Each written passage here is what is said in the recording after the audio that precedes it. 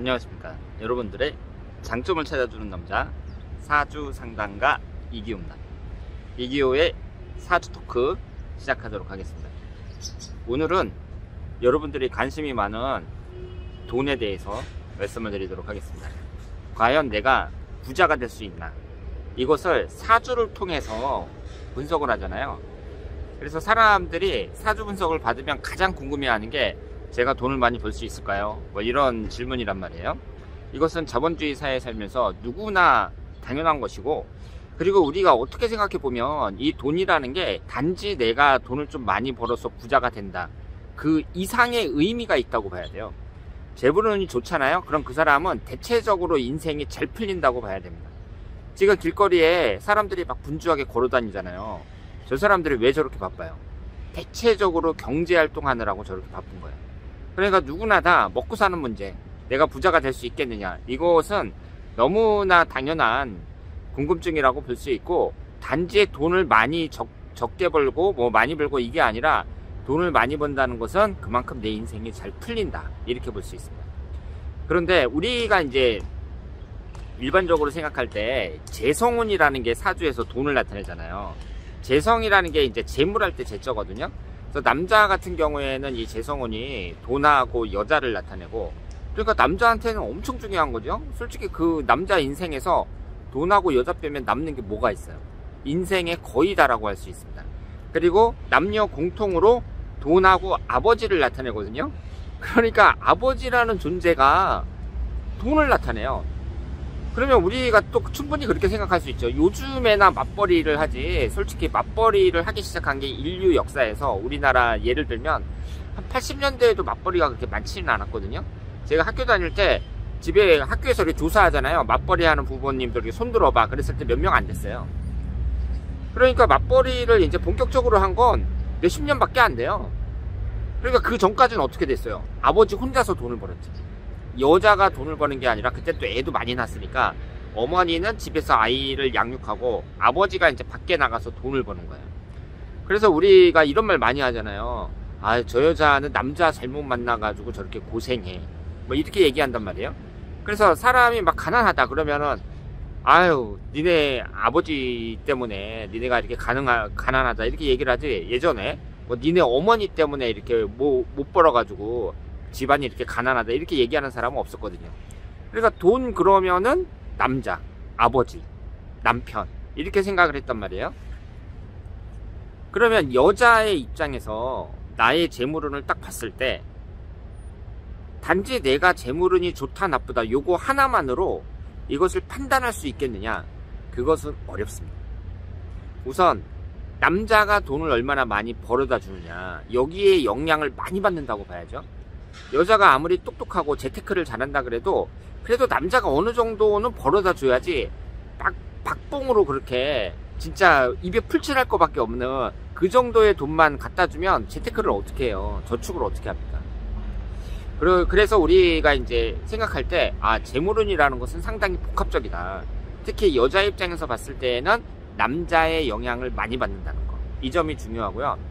그리고 또 아셔야 될 게, 뭐 부모님이 뭐 재산을 많이 물려준다든가 뭐 이런 것도 중요하겠죠. 그런데 그 제가 봤을 때는 사주의 재성운이 어떻게 자리를 잡고 있느냐, 이것도 중요한데요. 흘러가는 대운이 더 큰 영향을 미칩니다. 특히 사업하시는 분들은 아마 그걸 인정하실 거예요. 운이라는 게 있잖아요. 되게 중요해요. 운이라는 게. 그래서 사업 성공한 사람들을 보면은, 아, 뭐 운이 좋아서 성공했죠, 뭐 이렇게 얘기하는 사람들이 있거든요. 그러니까 운이라는 게 100%는 아닌데, 분명히 그 운이 안 좋았다, 그럼 그 사람은 돈을 벌 수가 없었어요. 그러니까 이번에도 한번 보세요. 이번에 이제 문재인 대통령이 되고 나서 부동산이 폭등했단 말이에요. 근데 저 같은 경우는 그 폭등하기 1년 전에 이제 분양을 받았거든요, 아파트를. 그래서 지금 옵션까지 5억 5천만 원이 들어가는데 지금 12억이에요, 아파트 가격이. 그러니까 지금 입주도 안 했거든요. 입주하려면 1년이 더 남았는데 지금 아파트를 막 건설하고 있는데 더블이 더 올랐습니다. 그러면 그때 아파트 분양을 받을 때, 그때도 경쟁률이 10대 1 정도 됐었는데요. 제가 분양을 받고 나서도 여기보다는 저기 지하철 가까운데 좀 구축 아파트라도 그쪽이 더 낫지 않겠느냐 뭐 이런 사람도 있었고, 이걸 이제 내가 당첨이 되기는 됐는데 이걸 해야 돼 말아야 돼 막 이렇게 생각하는 사람들도 많았어요. 그런데 제가 만약에 그때 이걸 딱 포기했으면 어떻게 됐겠어요? 그러면 지금 망하는 거죠. 그리고 이상하게 이번에 꼭 분양을 받아야겠다 막 이런 생각이 많이 들더라고요. 그러면은 또 다른 사람들 같은 경우에는 이 부동산이 폭등하기 전에 집을 판 사람들도 있겠죠. 제가 지금 상담받은 분들 중에도 그때 집을 팔아가지고 스트레스를 너무 받아서 너무 힘들다 이런 분들도 있거든요. 그러니까 그건 뭐예요? 운이죠. 그 사람이 부동산의 신이 아닌 이상 이번에 그 부동산이 폭등할지 안 할지 자기가 어떻게 알아요? 그러니까 이런 것은 운이라고 봐야지. 그리고 그 밖에도 무슨 사업을 하면서도 이 운이 잘 맞아가지고 성공하는 사람들이 있고, 반면에 이때 투자를 하면 안 되는데 이번에 투자를 하는 게 아니라 다음에 투자를 했었어야 되는데 이번에 투자해갖고 망하는 사람들도 있고, 이 운이라는 게 대단히 중요합니다. 그래서 우리가 이제 사주를 보면은요, 내 사주에 재성운이 몇 개가 있느냐, 뭐 한 개가 있느냐, 두 개가 있느냐, 적당하게 있느냐 이런 것도 중요한데, 흘러가는 대운이, 일년운이 엄청 중요하다는 거, 이 점을 말씀을 드리고요.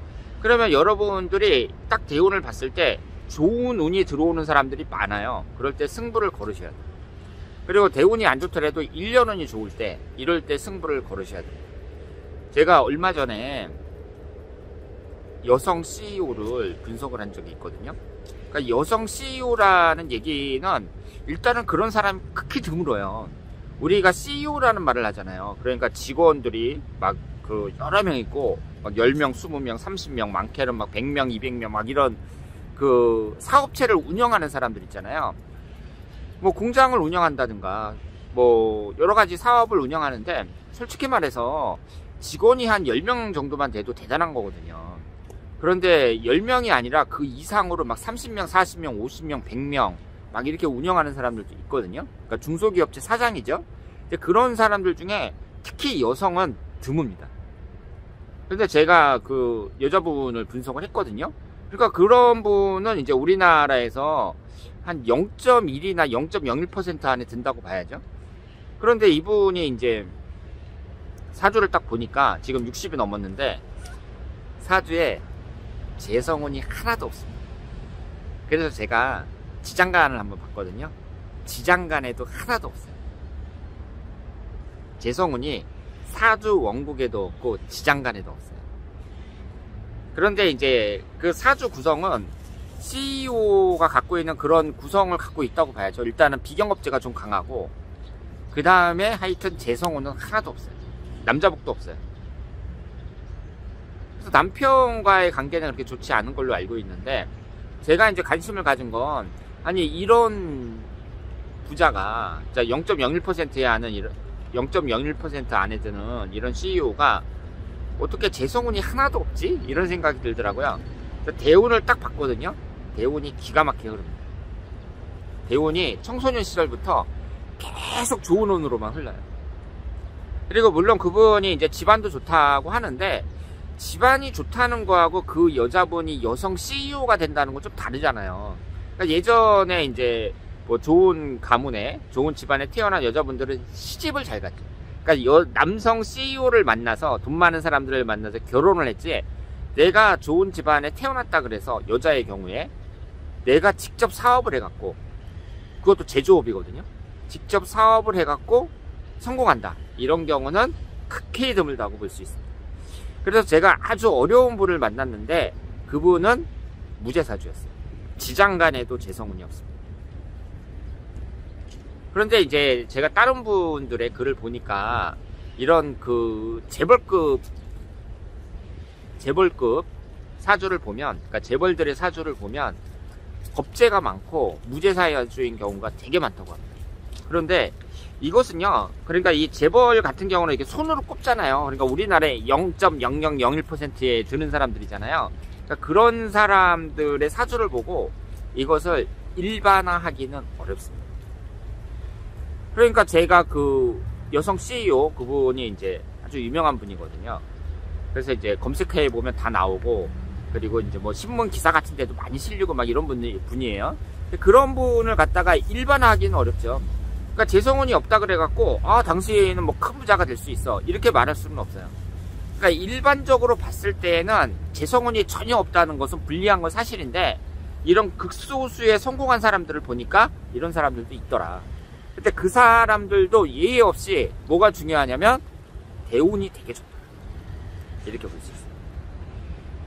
그리고 비경겁제에도 3개, 4개 뭐 이렇게 돼 있어요.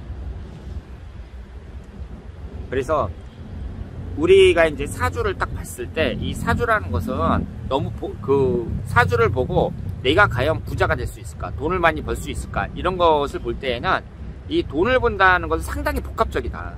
특히 여자의 경우에는 더 그렇다, 이렇게 볼 수 있고, 이 사주의 구성이 좀 안 좋다고 하더라도 흘러가는 대운이 아주 좋을 때 그 사람이 기회를 잡는 경우가 많고, 또 1년운을 봤을 때 대운이 안 좋아도 1년운이 좋으니까 내가 노력하다 보면은 대운이 안 좋을 때도 얼마든지 기회를 잡을 수 있다, 이렇게 말씀을 드리겠습니다. 자, 그러면 오늘 이기호의 사주 토크 여기서 마치겠습니다. 대단히 감사합니다.